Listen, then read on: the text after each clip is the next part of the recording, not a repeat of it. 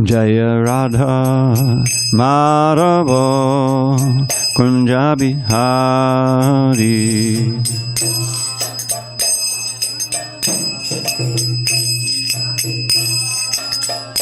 Jaya Radha Madhava Kunja Bihari.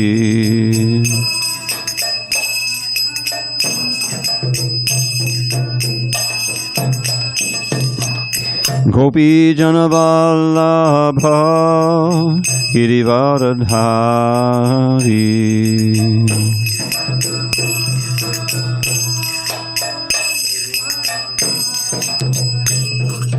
Gopi Janavallabha Girivaradhari.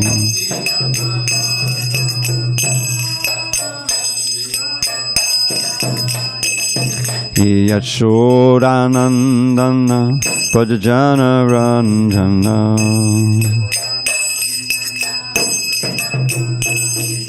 Yashodanandana Prajajana Ranjana.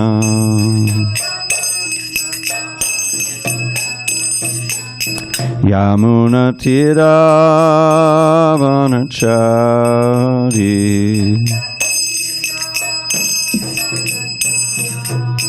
Yamuna Tira Vanachari.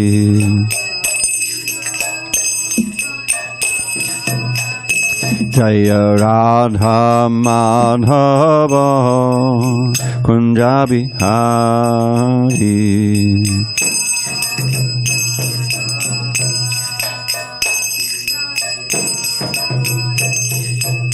Hare Krishna, Hare Krishna, Krishna Krishna, Hare Hare, Hare Rama, Hare Rama, Rama Rama, Hare Hare.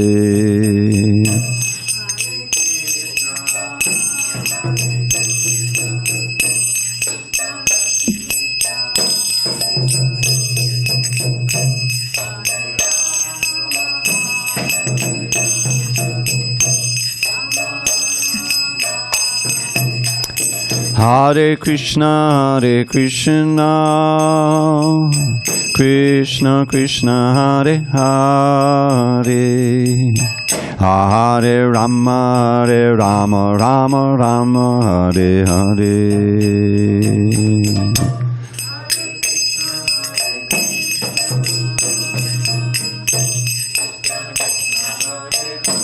Thank you.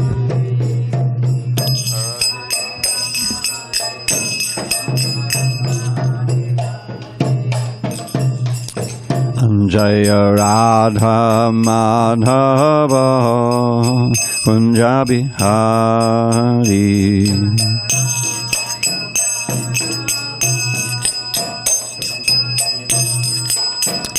Jaya Radha Madhava Kunja Bihari.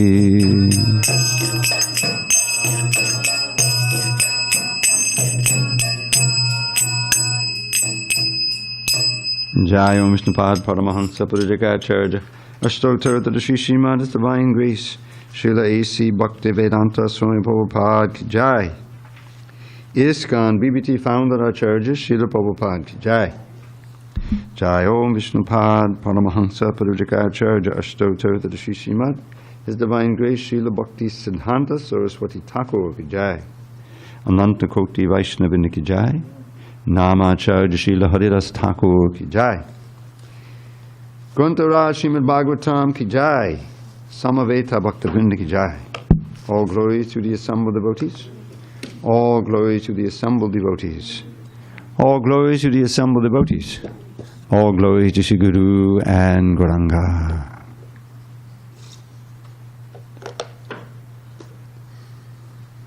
Okay.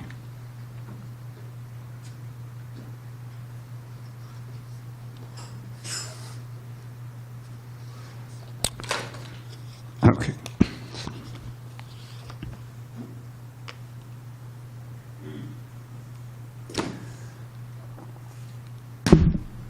Narayanam Namastritya Narang Chaiva Narottamam Devim Saraswatim Vyasam Tato Jayamadirayet.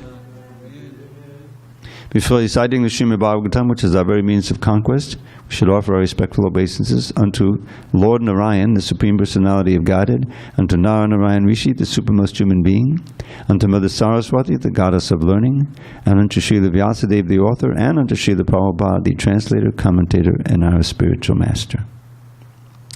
Nashta Prayesha Bhadreshu Nityam Bhagavata Sevaya Bhagavatyuttama Shloke Bhakti Bhavati Naishtiki. By regular attendance in classes on Srimad Bhagavatam and by rendering devotional service to the pure devotee, all that is inauspicious within the heart is destroyed almost to nil, and loving devotion to the Supreme Lord, who is glorified in transcendental songs, is established as an irrevocable fact. But before we begin the Bhagavatam class, we're going to read about Ishvara Puri. I'm sorry we didn't do Yaya Nila Premadana, but it is his disappearance day. So I'll just read a few minutes from this Samadhi's book. Receiving the seed of Krishna Prema from Madhavendra Puri, Sri Ishvara Puri became the spiritual master of Sri Chaitanya Mahaprabhu. Madhavendra Puri couldn't move at the end of his life. So doing all humble services, Ishvara Puri even cleaned up his stool and urine. Ishvara Puri helped his guru to remember Sri Krishna by always chanting Hare Krishna and telling Radha Krishna's pastimes. Pleasing Madhavendra Puri by these menial acts, Ishvara Puri received the treasure of Krishna Prema from his spiritual master. Janardhan, can you pull those tight? Okay, Joseph, you can do it. Sri Ishvara Puri again showed exemplary humility, the ornament of a true Vaishnava, when he first met Sri Advaita Acharya. Finding Advaita Prabhu busy serving his deity, Ishvara Puri sat down patiently and shyly. Although he was a Vaishnava sannyasi, Ishvara Puri introduced himself with, "I am a Shudra of the lowest class." Sri Chaitanya Mahaprabhu, the guru for the whole universe, honored Ishvara Puri by taking initiation from him. One day, Ishvara Puri came to Lord Chaitanya's house. The Lord personally cooked and lovingly served his spiritual master. After prasadam, Lord Chaitanya rubbed sandalwood paste on Ishvara Puri and offered a fragrant flower garland. By his own example, Lord Chaitanya showed how to properly worship and serve the Guru Parampara. Once, while passing through Sri Ishvara Puri's birthplace, Lord Gauranga became filled with rapture. Taking some dust, the Lord said, "This dust is my life and soul." Ishvara Puri Samadhi stands in the 64 Samadhis area. Ishvara Puri ki jai. Om Namo Bhagavate Vasudevaya. Om Namo Bhagavate Vasudevaya.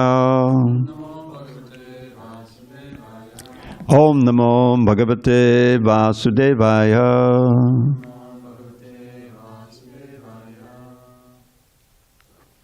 On the 17th day of February, 2023 in San Diego, we're reading from Srimad Bhagavatam, translation and commentary by His Divine Grace A.C. Bhaktivedanta Swami Prabhupada.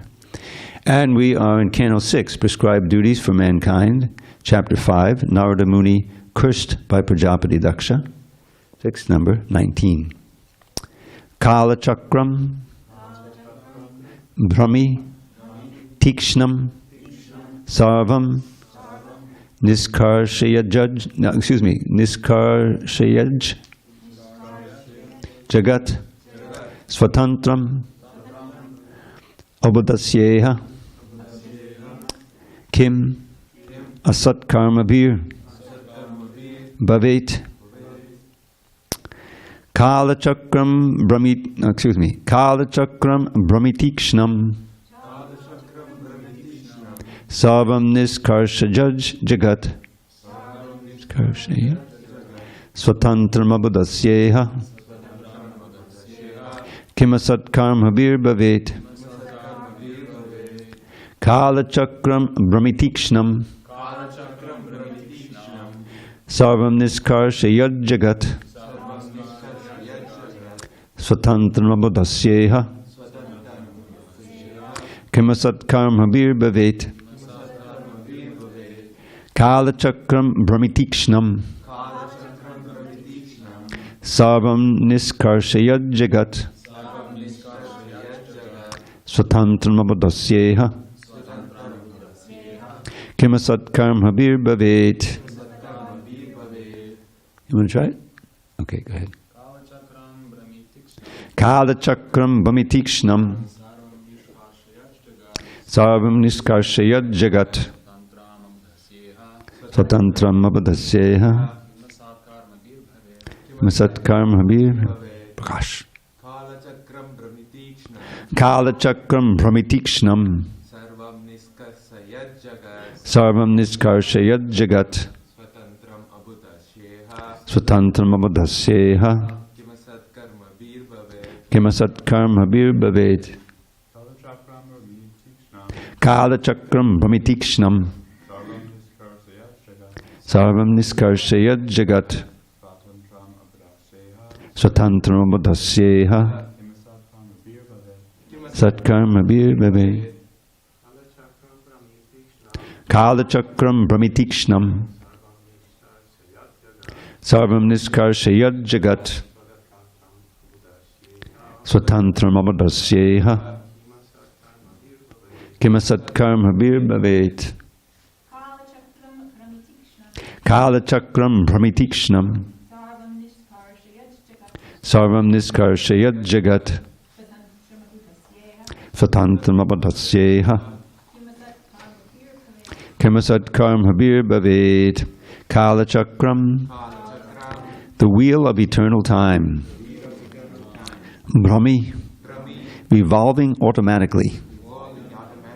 Tikshnam, very sharp. Sarvam, all. Niskarshayat, driving. Jagat, the world. Swatantram, independent. Not caring for the so-called scientists and philosophers. Abodhasya, of one who does not know this principle of time. Iha, in this world. Kimasat karma bir bhavet. What is the use of engaging in temporary fruitive activities? Translation. Translation. Narada Muni had spoken of a physical object made of sharp blades and thunderbolts. The Haryashvas understood this allegory as follows. Eternal time moves very sharply, as if made of razors and thunderbolts. Uninterrupted and fully independent, it drives the activities of the entire world. If one does not try to study the eternal element of time, what benefit can he derive from performing temporary material activities? Purport. This verse explains the words Chaura Pabhyam Swayam Brahmi. This must be from Narada's original description, which especially refer to the orbit of eternal time. It is said that time and tide wait for no man. According to the moral instructions of the great politician Chanakya Pandit, Ayushak Chana Ekopi Nalabhyak Swarnakoti Bihi Nachain Nirartakang Niti Ka Chahanis Tatodika. Even a moment of one's lifetime cannot be returned in exchange for millions of dollars. Therefore, one should consider how much loss one suffers if he wastes even a moment of his life for nothing. Living like an animal, not understanding the goal of life, one foolishly thinks that there is no eternity and that his lifespan of 50, 60, or at the most 100 years is everything. This is the greatest foolishness. Time is eternal, and in the material world one passes through different phases of his eternal life. Time is compared herein to a sharp razor. A razor is meant to shave the hair from one's face, but if not carefully handled, the razor will cause disaster. One is advised not to create a disaster by misusing his lifetime. one should be extremely careful to utilize the span of his life for spiritual realization or Krishna consciousness. Om Jnana Timirandasya Jnanandana Shalakaya Chakshu Unmilitam Mena Tasmai Shri Gurave Namaha. I was born in the darkest of ignorance, but my spiritual master Srila Prabhupada opened my eyes with the torchlight of knowledge. I offer my humble obeisance unto him and to all members of Sri Parampara. So time. I did a little research, and there are 3 places in the Bhagavad Gita where Krishna identifies himself with time. Most famously, in the 11th chapter, Arjuna has just seen this wonderful universal form, which is frightening to him. He sees the soldiers, even his own soldiers, being crushed within the teeth of the universal form and annihilated. And he finally asks, "Who are you?" Because this is not Krishna. This is not his Krishna anymore that he's seeing. So who are you? And Krishna famously answers, "Kalosmi loka chaya krit pravidho, lokan samahartamiha pravittaha, vitepi tvam na bhavishyanti sarve ye vastita pratyani keshu yodha." The Supreme Lord said, "Time I am, the great destroyer of the worlds, and I have come here to destroy all people. With the exception of you, the Pandavas, all the soldiers here on both sides will be slain." So this is in the same mood as this analogy of the sharp razor just destroying everything. Now you can also think Kala is also a developer.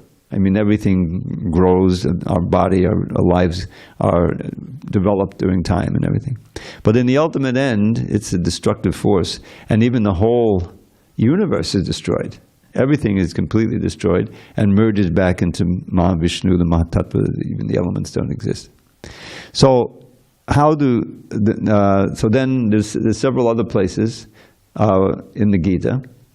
One is in the 33rd chapter. No, the 10th chapter, 30th verse, where Krishna says, "Kala Kaliyatamaham." Of among subduers I am time. Kaliyatam, something that's which subdues or punishes. So ultimately, time destroys everything. In the material world, human beings, we have so much hope as we grow up, and we think, "Oh, now I'll do this, I'll marry this person, I'll marry that, and we'll make money." So there's all of these plans, and according to one's karma, one can fulfill those plans successfully, but ultimately all the hope is destroyed. It's a hope against hope. As Prahlad Maharaj says, "Nate vidu svartakatimi vishnum dodashye bahiratamanana." Very important verse and very important lines in the verse. When he says te, it means they. He's referring back to the previous verse where he is speaking to his father, and basically he says to his father, "Don't worry, you'll never become Krishna conscious." Matir na Krishna. You can't place your mind on Krishna if you meet the qualifications of the rest of the verse. Matir na Krishna padatak svatova. Neither on your own or by coming into a temple or a congregation. Matir na Krishna padatak mito abhipadyeta griha vatanam. For those who have more or less taken a very firm vow to try to enjoy materialistic family life. Senses are uncontrolled. Adanta gobir, vishatam tamistram, you inevitably enter into darkness of ignorance, and it also means the hellish existence. And then the immortal line, punak punascharvata charvananam. You keep trying to chew that which has already been chewed. Meaning that you're trying to enjoy the same pleasures that have been enjoyed since time immemorial, and have simply brought destruction, sense gratification. Or you're trying to enjoy what you tried to enjoy last life, again and again and again and again. So chewing what's chewed and there's not much taste left, you spit it out and try something else that maybe have a little more taste. So it's very futile activity. It's a tragic waste of human life. So for them, Nate, who we just described, they don't know that their ultimate goal in life is Vishnu. This word swarta, very important. It's combined to make swarta. Nate vidu svartaka team hi Vishnum. The goal, the gati of all of your efforts in life should be Vishnu. In other words, reestablishing, reawakening your relationship with Krishna, the Supreme Vishnu, and ending this punak punascharvaita charvana. So, but the materialists don't know that. And so they're in that situation. So what is their effort? What is their endeavor? Durashaya ye bahirarta manana. Instead of the swa-arta, the goal of the soul, if you want to remember that, their bahirarta, they have external aspirations. Everything dictated by the senses, the mind, the intelligence, which are all external to the soul. So this is bahirarta manina. And it's durashaya. Asha means the hope. We sing this word a lot. In the Tulsi Puja, it appears several times. My aspiration has become the servant of Radha and Krishna, to always remember their Leela as we sing every morning. So Asha is very important. What do you aspire for? What do you desire for? Krishna consciousness is simply a purification of one's desire. In the conditioned state, our desires are all dictated by the dictation of the mind, the senses, the external energy. We're completely entangled. And we establish hopes. Oh, if I can only go here or do this, and I'll be successful, I'll be happy. I'll finally be happy. But that time never comes. That's why it's durashya. It means it's like the famous analogy Prabhupada would give of the donkey. He would call them ass. The ass that carries the laundry. When you go to Vrindavan, you say, well, that poor animal, his back is practically breaking with all the laundry on it. So how do they keep the ass going? They tie a little stick, and there's a carrot or some grass or whatever he likes to eat just ahead, and he keeps going for it, going this way. And so we're in the same way. The materialist the same way. All right, that was a failure. That was really depressing. But I'll go after this now. And then you lose on that, and then finally, after a while, you get so old. You aspire and just let me rest, just let me get rid of the pain. How can I take this pill, that pill? No, I'll have the pain, So your hopes are just shrunken down to the most animalistic. But that durashya, bahirarta manana, and because they're blind, they don't know. The whole comes down to ignorance. Andaya means blind. Andaya tandaya, and they're led by other blind people, beginning with your loving parents. If they're also ignorant of the goal of life, they'll train you in material, sense gratification. Or political leaders, educators, the science and philosophers Prabhupada talked about, so-called. So you're helpless unless you get the intervention of Krishna. I like to use that phrase. He intervenes in your life in the form of a devotee, in the form of the books written by a pure devotee. Somehow in the form, there's a contact. And if you're fortunate, you'll be intrigued, you'll be interested. The seed of at least interest, which is preliminary faith, adhau shraddha, is awakened. And you'll open the book, you'll hit the buttons on the computer so that you get to some Hare Krishna site, and there are many of them. But somehow or other, you will make an effort to respond to that reaching out of Krishna, and then if you're fortunate, and if you have a background, a pious activity or even devotional life, agyata sukriti, you'll be interested and attracted, and you want to try it, you want to increase that association. So that's how this movement grew. Prabhupada was the agent of Krishna, right? That's what acharya means. Acharya means that he knows the Shastra, which are the words of God, words of Krishna. He lives according to them, and he takes the trouble to give it to others out of compassion. That's the acharya. So Prabhupada was the perfect acharya, and Krishna brought him just at the right time. I've often thought of that, that period in 65, 66, when the hippie movement was gaining. And what was it about that hippie movement that was different from so many other, movements in previous times? Maybe it was because of the drugs, because of the historic time, the children of those who had fought World War II, and they were able to establish the middle class lifestyle. But it was very ticky-tacky, it was boring, and there were all these forces, and the drugs came in, especially the LSD, which kind of scrambled the brains, and they thought they had a vision of God, or they were at least fascinated by the spiritual experiences, what they thought they were having. And so it opened it up to the interest. of the genuine thing. You know, and Prabhupada came just at that time and was able to attract a few of them. Many, you know, perished in that. They took so much LSD, never came down. We had a gentleman in here. This was way before any of you came. This was in the 90s, early 90s. And not an old guy. He's maybe 30 max. And he had taken too much LSD, you know, and he was always a little trippy, and it was never quite the same. But he wanted to try to be a devotee. I remember him trying to water Tulsi, you know, and he watered Tulsi, but then he stopped. You know, that type of thing, you know. It wasn't possible for him to really integrate into the temple.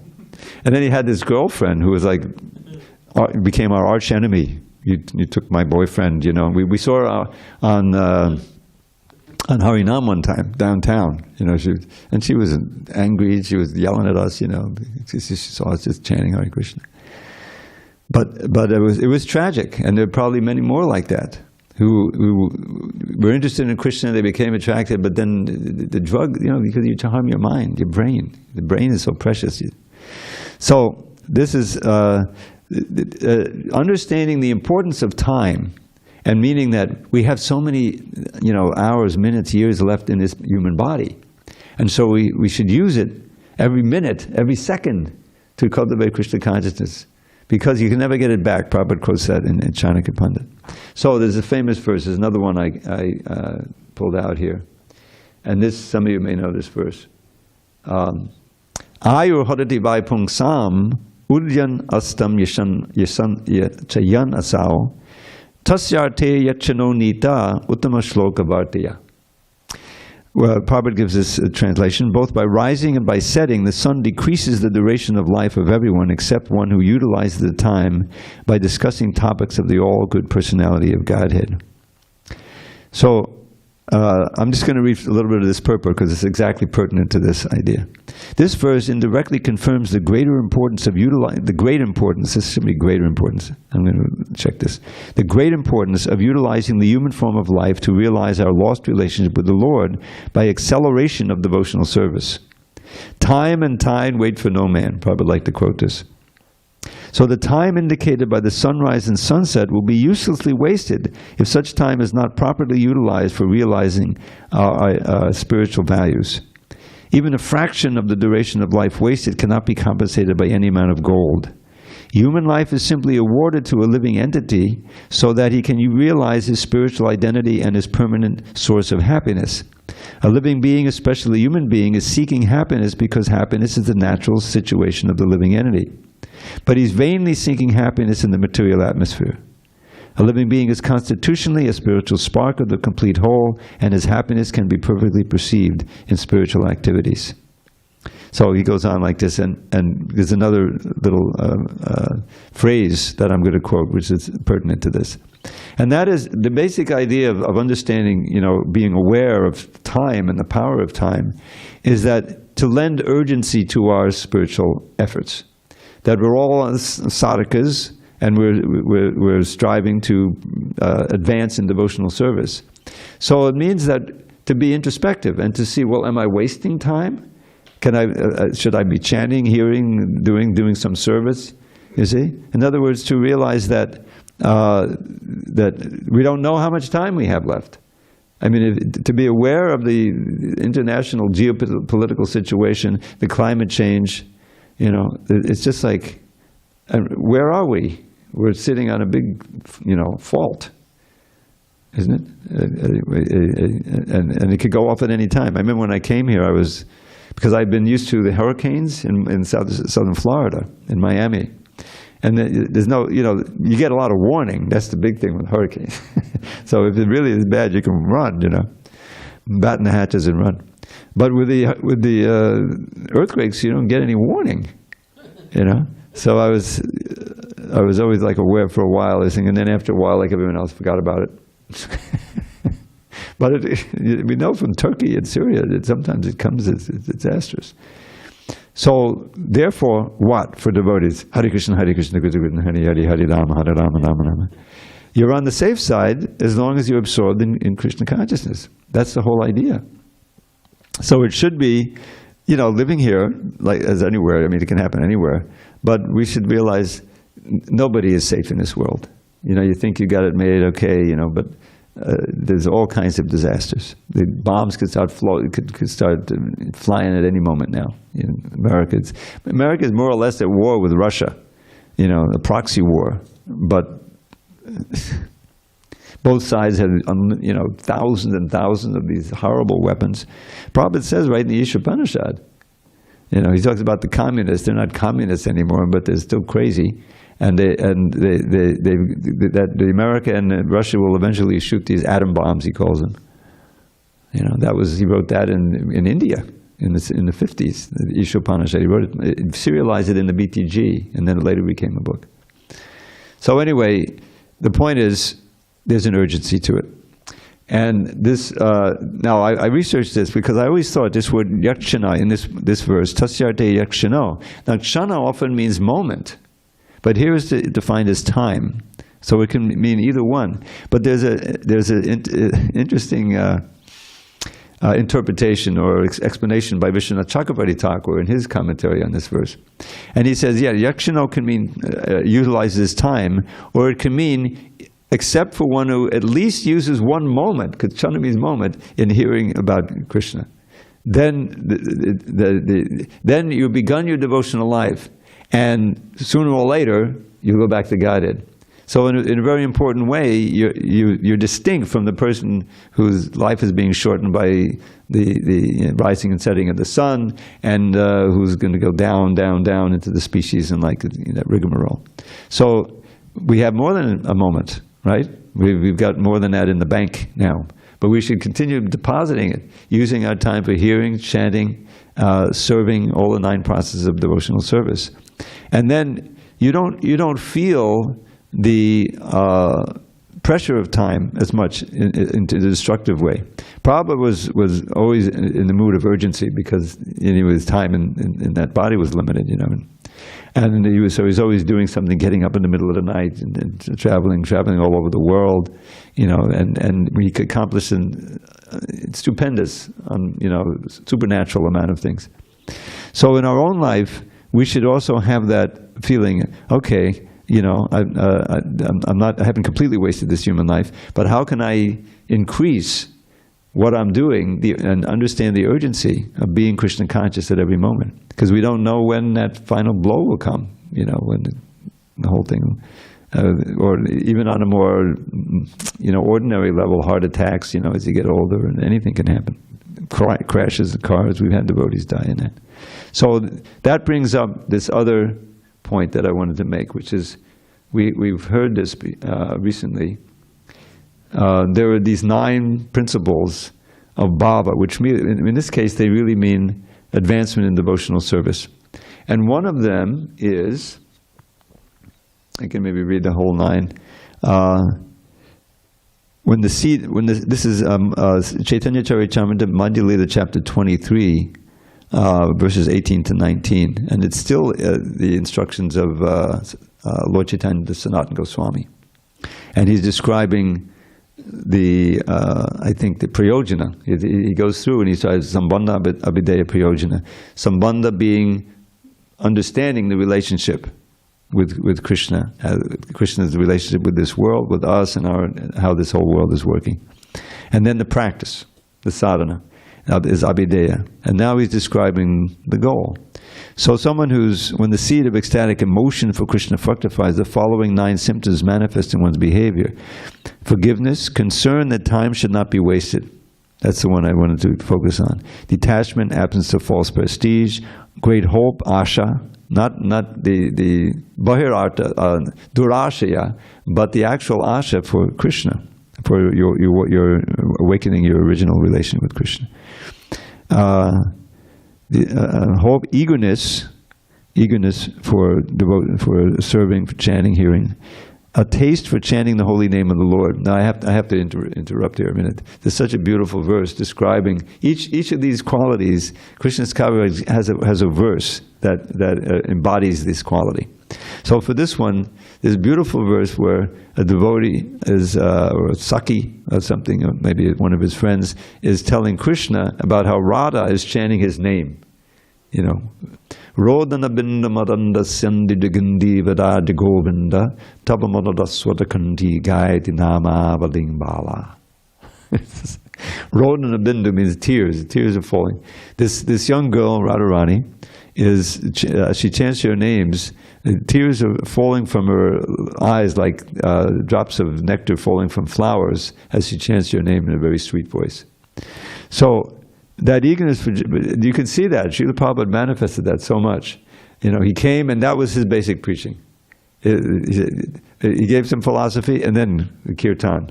First kirtan, then philosophy, then more kirtan, then prasadam. It's an infallible combination. You know, then that was Lord Chaitanya's program when he preached to the masses. He didn't give a lot of philosophy. When he went to South India, a lot of kirtan, you know. And when you're tired, take some prasadam. And if you have more energy, more kirtan, You know. So that's taste for chanting. Attachment to descriptions of the transcendental qualities of the Lord, affection for those places where the Lord resides, temple, holy place. These are called anubhava, subordinate signs of ecstatic emotion. Now, it also mentions here, adi, adya. These are just preliminary. It's not just 9. There are other symptoms that he doesn't mention here, you know. So, but the one, obviously, the one that is so pertinent to this discussion is avyarta kalatvam, not wasting any time. Otherwise, you know, the point is, everybody out there, all the karmis, those who have no idea Krishna consciousness is living ordinary, they're all wasting time. Precious time, the human life. And that's the idea. Yeah, the dogs and the cats and the insects, they're not wasting time because they can't use it productively. They have to just go through and come up, you know. But we can. We have this special intelligence. And so it's a tragic waste if that people aren't using it. And that's one of the urgencies that great devotees see with preaching. Here's all these human beings. They could be advancing toward the goal of life. Let me at least try to attract them to Krishna. And, you know, and through the chanting, through the holy names, through the books, through the festivals, in all the ways. Establish temples of beautiful deities of Krishna. We had this crowd of kids yesterday, 7th graders, from a very elite school, Sanjay Kurvadi. You know, his kid is attending that school. 100 kids sitting all. I thought we'd bring in the chairs. Said, no, they should sit on the floor. So we had all of these and many more. I think they got all of the mats, and they were very attentive, very polite, you know. And then afterward, we had a little kirtan. Amoga came down, and Balaram was here, you know, having a kirtan, and it was so touching because, you know, they were attracted. They moved into the beat, you know, and in the back there was a crew right over there on that bench, and the boys were really going, you know, they're clapping, they're everything. And then afterward, one of them asked me, we didn't offend you, did we, by what we were doing in the back? I said, no, you guys were great, you know. I got a fist bump, you know. And then they really liked the prasadam. It was all Ekadashi, you know. And Kanai had made some immortal cookies, you know, not the usual cookies, but they were Ekadashi cookies, you know. So it was very touching. And they kept the deities over 1 o'clock. Now, that's usually when they're sleeping. So Parashakti Maharaji was here. And we arranged they could see the deities, and then they closed before, you know, just a few seconds before they started eating. It was the whole trip. But anyway, you know, these kids, that's in the hopper now. You know, their experience here in the Hare Krishna temple.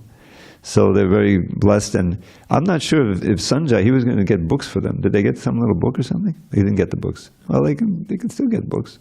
They're all in the school. He'll sponsor, you know, Gitas for everybody. So time, you know, that time of their life was very well spent. So let's see, there's 1 or 2 other quotes about time that I pulled out. Oh yeah, this one that you hear all the time. I quote it, and I'm sorry. All right, there. This one you've heard me quote, but it's Prabhupada would always quote it, so I don't feel bad about quoting it again. Labdva sudurlamamidam bahusam bhavante manushim artadam anityam apihadira turnam yateta napateda namitya yava nikshaya saya vishayakula sarvataksya. So time plays a very is mentioned several times in this verse. So I'll give the translation. Now, what is this? This is 11.9.29. This is part of the Uddhava Gita, in which Krishna, I think this is the first part of it, where he tells this whole story about this mendicant who is, his gurus are natural things. He learned so much from the dogs, from the earth, patience, from the dogs, faithfulness, And so this is the last verse in that part of the Uddhava Gita. This is his conclusion. And what he says is, after many, many births and deaths, one achieves the rare human form of life, which, although temporary, affords one the opportunity to attain the highest perfection. Thus, a sober human being should quickly endeavor, this is the idea, turnam, don't waste time, immediately strive, once you understand it. Immediately, turna means at once. Just like, Tyaktva turnam ashesha mandalapati. The 6 Goswamis, especially the 3 who were so wealthy and described here, they didn't dilly-dally, so maybe, I'll give them gradually. No. They immediately left. Raghunath Das is one of the leave. He snuck out, left millions and millions of dollars, ideal, chaste, beautiful, beautiful wife, everything, loving parents. He just became mad after Lord Chaitanya. And so he gave up everything and became the ideal, the exemplar of renunciation. So similarly, this word turnam is used here, which means immediately. One who has sober intelligence, once you understand the urgency, don't delay, because anything can happen during that delay. Thus, a sober human being should quickly and immediately endeavor for the ultimate perfection of life, as long as the body, which is always subject to death, has not fallen down and died. Now this word anumritya, anumritya yavan, anu means following. And I always think of this dramatically, that death is right on your shoulder. It could happen any time. So it's always following you, and as long as you haven't died, then use your body and the intelligence for what? Nikshay asaya, for striving for the ultimate good, which is purification of your mind, body, and senses, reestablishing your eternal relation with Krishna and going back to Godhead. Because Vishya Kalasarvatak said, in all the forms we've been through, the whole idea is Bahu Sambhavante. We've had many births, subhuman births, in which we haven't even had a chance to be Krishna conscious. All kinds of sense gratification has been available, and other human forms which we didn't cultivate Krishna consciousness. So we've been through that whole phrase, I don't know if it's even current anymore, been there, done that. We've been through every variety of sense gratification. And what has it gotten us? Another birth, another death, suffering, right? And sin, and loss of you. So knowing that, one should immediately strive. Turnam yateta. Napatet. After all, sense gratification is available even in the most abominable species of life, where its Krishna consciousness is possible only for a human being. So this is a kind of a central principle of our philosophy. First of all, understanding that in my little ditty, which is based on Bhagavad Gita, every body dies. Nobody dies. Wake up, and open your eyes. You're not that body, you're a pure spirit soul. Chant the holy name and attain life's goal. So unless you realize that you're not, that you are eternal, you're an eternal being, you're not going to die, you're going to perish when this body dies. This is like taking off an old coat. That should change your whole perspective of what's important in your life and what you should strive for. Because if you're just striving with things related to this body, then it's a tragic waste of time, because you're not the body. Body's going to be left here. You may make $1 million, you may make $140 billion. It's just insane and obscene, But all that money, whether it's $10, $100 billion, is going to be left behind. Because all the money has different accounts, right? And your name is on them. But not your name, the name of your body. The body stays here, dissolves, and those accounts either go to your heirs or they go to the government or something, but you can't take it with you. What you do take with you is your karma, your sin, your unfulfilled desires, and then that'll give you your next body. And these billionaires, they're so sinful, they're not going to get a human body. I'm sorry. Just to become a billionaire, you have to step on everyone's head. So it's a tragic waste of time. Whether you're a billionaire or a pauper, to just be completely absorbed in this one temporary set of clothes called the body. So that's the first initial, Dehinos Minyata Dehe. Within the body is the knower of the body. And in the Jayate, Mriyate, Vakadacha, and that one verse, 220, is just hammered home. No birth, no death at any time. There are no new souls coming into being. We all exist, whereas eternal is Krishna. What is that? Ajo, Nitya, Shastrata, Yam Purana, Nahandite, Hanyamane Sharire. Key verse. And then the implication of the verse, well, if I'm eternal, then I should work for my eternal benefit of the soul. I should use the body for the benefits of the soul. The body's going to eventually die. But if I use the mind, the intelligence, the senses to connect to Krishna, which is called what?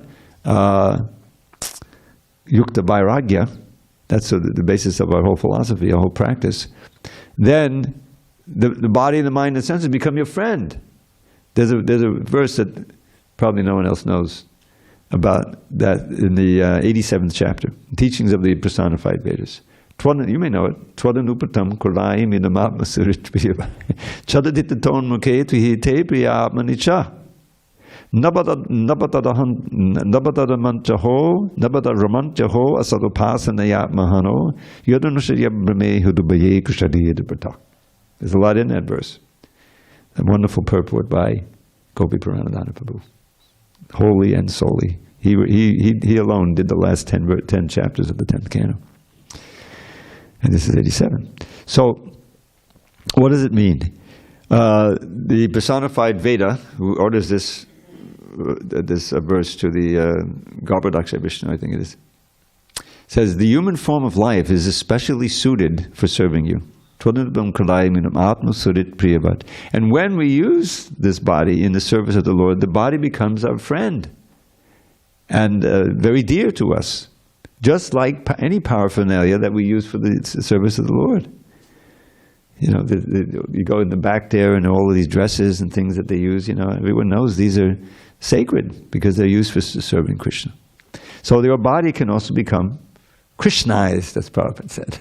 Not Krishnized, Krishnized.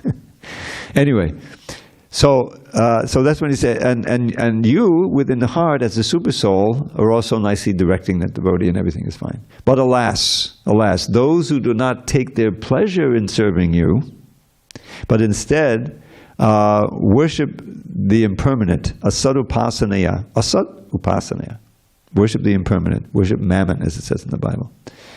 Asad upasanaya atmahano, that's virtual suicide for the soul. Atmahano means killing the self, because you can't kill the self, but it's equivalent, you know. And so what's their fate? They continue to wander in this world, trying to satisfy the desires of the soul. And they get covered by ignorance, and they go to hellish planets. In other words, it's a tragedy.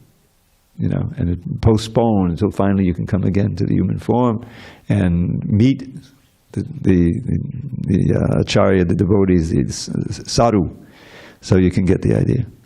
So that's a very graphic verse, and it's very instructive. That's what the whole preaching is about. The urgency.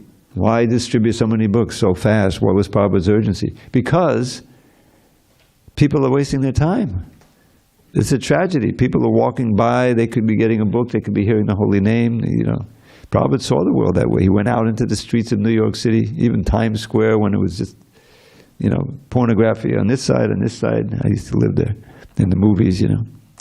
Prabhupada didn't care. He wasn't affected. He was just trying to find someone to take the book. And he was supporting himself, the first book distributor, by selling some of those sets of Bhagavatams that he brought with him. He would go on consignment with the bookstores and everything, and somehow keeping body and soul together, till he was successful in 26 Second Avenue. So that's the mood, is to advance as quickly and without deviation in our own service, and then we'll become more enthusiastic and efficient agents for Krishna, because people will pick up on it. Here's someone who's not distressed. Here's someone who doesn't have to take a bunch of pills in order just to sleep at night, you know. And I think I want some of that, you know. In other words, if you're peaceful, you're self-controlled, you're joyful, happy, then that helps to impress people to be interested in how you got that way. That's impressive. That was what Prabhupada did. By his personality, by his demeanor, by his, you know, he attracted. Whoa, this is the real thing, you know. And this movement has grown exponentially. So that's what I have to say about this verse. The time factor, you know, is always with us, and we should remember that, and the urgency of being very strict in our sadhana and following all the rules and regulations to help us become Krishna conscious, and to work to help others to become Krishna conscious. And that means our God brothers, God sisters, you know, that we're also trying to help each other become Krishna conscious. And if you have that mood, then it'll prevent any offense, because you'll say, oh, everybody's, you know, this is a rare soul out of all, you know, so let me share a verse with them, at least some prasadam given them. Jayananda was famous for that. I said, Prabhu, try this in the middle of the night. Try this samosa. He was immortal. It's such a key factor in the development of this movement. You know. Okay, any discussion on this? Hare Krishna. All right, let's give us like a minute to see if we have some locals here, but I will call in. Of course, Dravida Prabhu, I can wait, no problem. Okay. Is there a way to turn down the volume on that at all? Yeah, there is a way. Yeah, just a little bit. Yesterday, Maitreya was coming along. As Carlos Milokarche could prevent. I tried to turn it down. I couldn't. Go ahead. I just wanted to share a happy story from book distribution a couple of days ago. Please. I was in Balboa Park, and the days were really cold lately, and it wasn't that easy, but I met this person, and he was with his girlfriend. They were traveling out of state, and he looked at the books we had on the table, and he said, oh my God, self-realization, this is what I'm looking for. And he took some books, gave a donation, and just when he was walking away from the table, he was like, thank you for the books. I really feel good vibes from you. And I said, I feel good vibes from you too. And he was like, looked at the books and said, life is really great, isn't it? Like, so happy, walking away. And did he get a little card? He got a little card. He got a set of books and the Bhagavad Gita. So yeah, that's it. Little story. That's your story. That's your story, right? You were walking through the park, and then you met Vijay, and you attracted the books and attracted the Vijay. And then he called you too and everything? Texted you, yeah. Yeah. So this is wonderful. Okay, anyone else? Someone else? I think Tyler had a comment or a question. And remind me, I need to ask you something after class about something else. Because I think you answered my first question. I was really drawn to when you read that purport, and they talked about accelerating our devotional service. And then I believe you... Where do we get the feedback here? Is it... Janard, can you hear this? Go ahead. Om. I should play this instrument. Om. Om. I was thinking this mic is a little loud too, but the setting is where it's supposed to be, so I didn't move it. Because there's an echo-safe range, but it's echoing now. Yeah, so maybe so hold it a little farther from you. Okay. Yeah, we'll okay, try another mic. Yeah, that one's a bit much. Usually we'll get it in-house. By the way, I'm in touch with Tapas about some things, and he said, yeah, we're getting it. I'm getting it. It's in the machine. I'm really missing you all the devotees here in San Diego, which is a good sign. Maybe it means he'll accelerate his return. Giant. Go ahead. Accelerate, great. So they said accelerating our devotional service, which implies that there's an accelerant, but then I believe from Madhya Lila, when you shared those are 9 accelerants to Bhakti Yoga? No, those are actually symptoms of having been accelerated. In other words... How do we accelerate then? That begs the question. How do we accelerate? Yeah. Is that your question? Yeah, I like the wordage they were talking about accelerating devotional service. So yeah. What are the accelerants? Well, the accelerant is always, association. Is that being careful in our association, and association often means a good. The most important part of the association is reading Prabhupada's books, because you're associating directly with him. He made that point again and again through his words. That's the most important way of associating with anybody. And so, you know, being introspective and examining how you're executing your sadhana. Where can I improve? Where can I tighten up? You know, in the chanting and the regulation. Like my pet peeve, and I'll just share it with you. The idea of coming to the functions on time. It's so important thing. It's like if I were to tell you, Babu, did you hear? You know, Radha and Krishna, Gauranatai, and Jagannath Baladev and Subhadra are actually going to be personally on the altar tomorrow morning at 4:30. So, you know, I just want to let you know. So you think you would come on time? I mean, could we even like hold, you know, we'd be pulling the curtains apart. Are they there yet? You know? But they're there. That's the whole idea. We're meant to think that this is Radha Krishna, not a statue. So they, you know, when the curtains open, when they see the eager faces of all the devotees, that pleases them. If they have to go, where is so-and-so? Oh, there's Dravida. He's always there. You know what I mean? In other words, it's a very personal thing. If you're going to a job, you know you'll be on time, right? Because you know, oh, you come 3 times late, and you know, you may lose the job or you'll get docked, you know. But this is more important than any job. We're trying to reawaken and, you know, and solidify our relationship with Krishna. So that coming on time is important. It's a sign of seriousness and eagerness. Eagerness is one of them. I remember when I first came here, I think maybe when you were here, you remember, before the curtains opened, we'd be singing, Jaya Gauranatai, Jaya Gauranatai, you know. And it was a lot more devotees. But it was a nice practice, you know. It kind of builds up the anticipation, or what are they wearing, you know, like that. So anyway, that's my little plug for punctuality. Good. It's like sliding our time card, right? You go to a job, you have to slide your time card. You're there at, you know, when the curtains open, yeah, you checked in. And you're good at that. If someone's missing your voice within the first 5 or 10 minutes, you know, where are they? Checking in. Yeah, because half the time they're supposed to sing the arti or do the Guru Puja. Yeah, what to speak of that. Yeah. So he got a little training this morning. So, but my question then is, I remember I had a whole story about I had to go to this middle school that was downtown because they built a new middle school in my neighborhood, but it had electrical fire right when it was supposed to open. So they shipped us to downtown for my 6th grade year.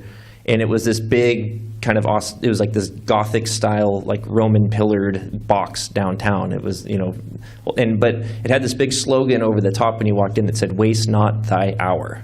That was their motto, "Waste not thy hour." Sounds like it's from the Bible or something. It was, yeah. So like my 6th grade, it wasn't my cozy little neighborhood middle school. It was, I'm going into this, you know, big building that's "Waste not thy hour." And then we hear the slogans like, you know, time is money. You know, so we have all these ideas about time.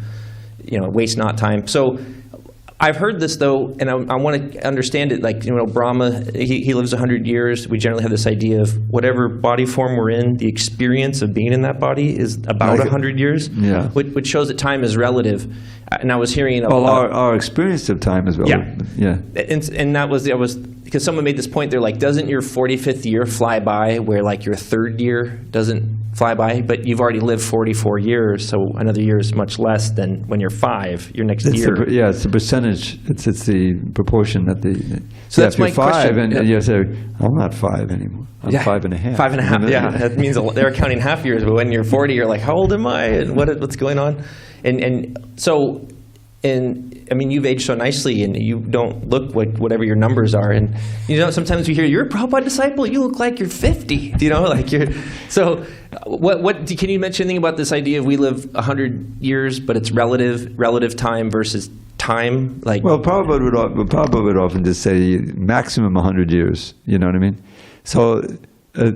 Obviously, not everyone, hardly anyone lives 100 years these days. Human beings, but the idea is that you have a certain amount of time that's allotted to you, you know, and you may die natural death, you may not, especially in this age where there's so many dangers, danger at every step. So whether you know you live 70, 80, whatever it may be at 65, the question is what you do between now and when that time comes, you know, when the realizing the urgency of it. When you're young, that same urgency can be, I'm going to study, I'm going to stay up late, you know, and I always think of these guys who graduate from MIT or something, you know, And their whole idea is, I'm going to go to the Wall Street, and I'm a quant. I don't know if you know what a quant is. You know, these are guys who have figured out manipulating the market through mathematics, you know, and this way they make a lot of money. Because in past, people have made millions, and they're willing to work even as interns for hardly any money or no money at all, you know, in order to get this. So that same eagerness, that's a mode of passion, right? But it's self-destructive. We know that's maybe nectar in the beginning and poison in the end, right? So, but the same eagerness has to be transferred to our Krishna consciousness. There's a famous verse that was written by Ramananda Roy when he had the discussion with Lord Chaitanya, and how does one develop? What's the goal? It was all very, very advanced. But then one of the key verses there that comes out is Krishna Bhakti Dasa Bhavitamati Kriyatam Yadikatopi Labhyate Tattalalim Abhimulyamekalam Janmakoti Sukatayana Labhyate. And what he says is, Prabhupada said that I created this phrase, Krishna consciousness, from the first line of this verse. Krishna Bhakti Rasa Bhavitamati. Mati is mind. And bhavita is consciousness, ecstatic consciousness.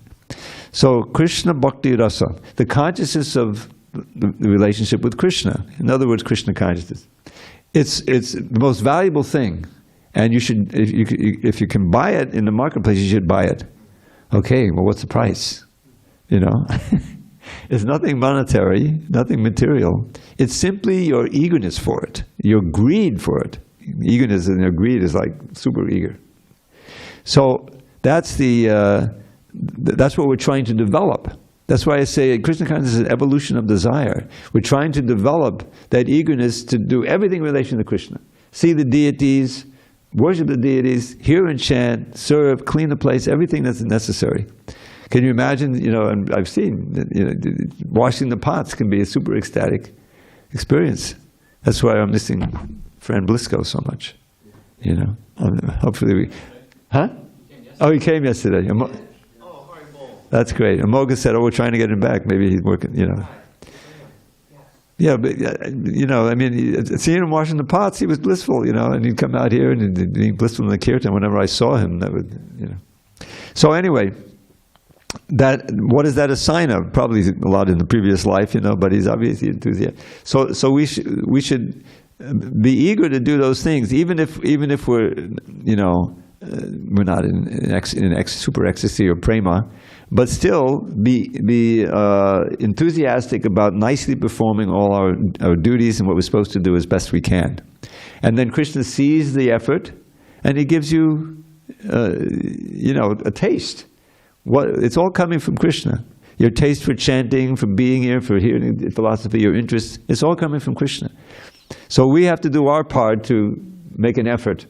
And then it's like Arjuna fighting the battle, right? Nimitta matam bhavasya visarchan. Krishna, Prabhupada is so funny. I heard this lecture.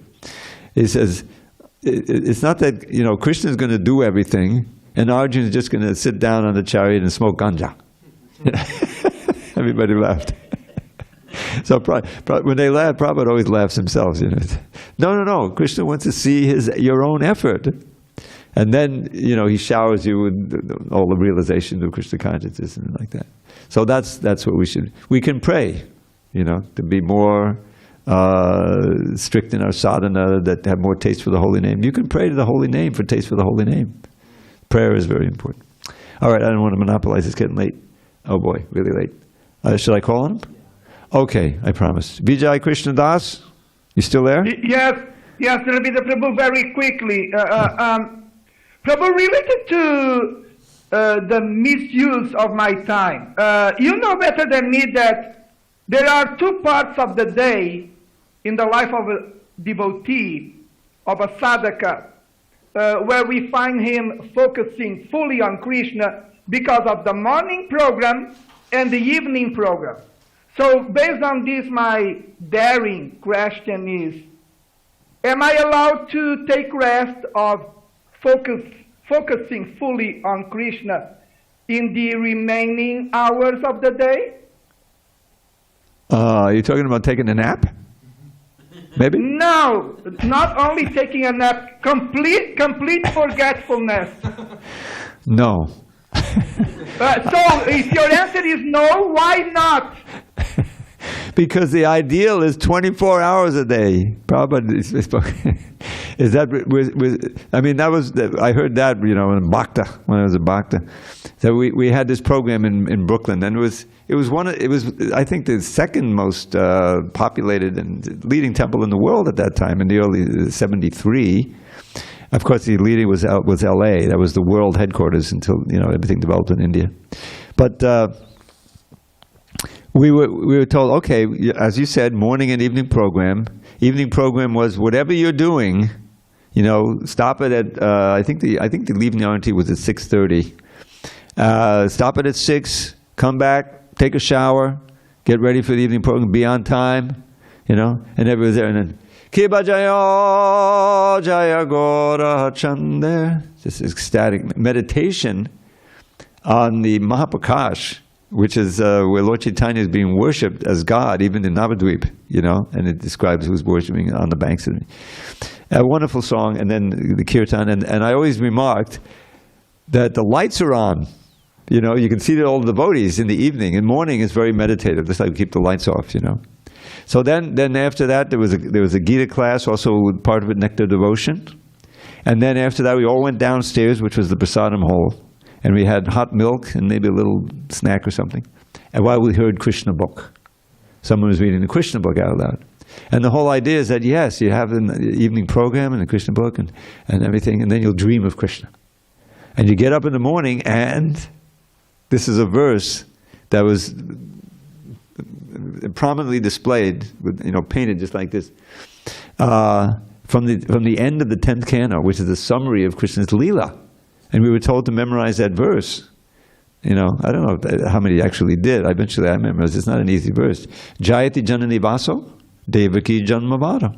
Yadavada prashat swayadorbat asyan adharmam. Stira chadavijanagnak susmita shrimukena vajapurdavanitanam vardayan kamadevam. Right near the end of the 10th canto. The whole idea is that, you know, that this will help you remember Krishna. So all glories to Krishna, Jayati Janani Vaso, who is the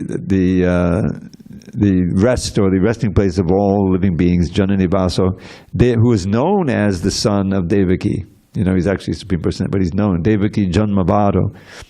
Yadavada Parishad, he is surrounded, you know, in his Dwarka Leela by the Yadus, or his intimate associate. Dorbarasyan the Dharma, with his powerful arms he destroys all the demons and everything inauspicious. But for all the moving and non-moving living entities who are related to him intimately, he destroys all the karmic reactions and sinful reactions and suffering. And his beautiful smiling face, he increases the desire of the gopis to meet with him in the night. So it's like a little summary. He's got a little of everything in there, you know. So the idea was that we would have heard the Krishna book and then, you know, heard this Leela and slept and then dreamt of it and then wake up and like that. That was what the program was. So there's no point in the day where you can say, okay, now it's okay to space out and forget Krishna. It's never okay to forget Krishna. That's our big problem. You know, taking a nap is actually good. Prabhupada take a nap, but the idea is you should think of Krishna as far as possible, even when napping. So I don't know if that helped, but that's it. You know, 24 hours a day. We should aim for that, and we shouldn't think, well, that's impossible. No, it's possible. Yeah. Okay. Yes, Dravida Prabhu, better than okay, as to be expected. Your memories are so relishable, Prabhu. Thank you very much. Hare Krishna. I wish I had a better memory. Okay, it's really late. I'm sorry. All glory to Srila Prabhupada. Hari Hari Bol. Sorry, Maitreya. I think I heard him. Oh, Krishna.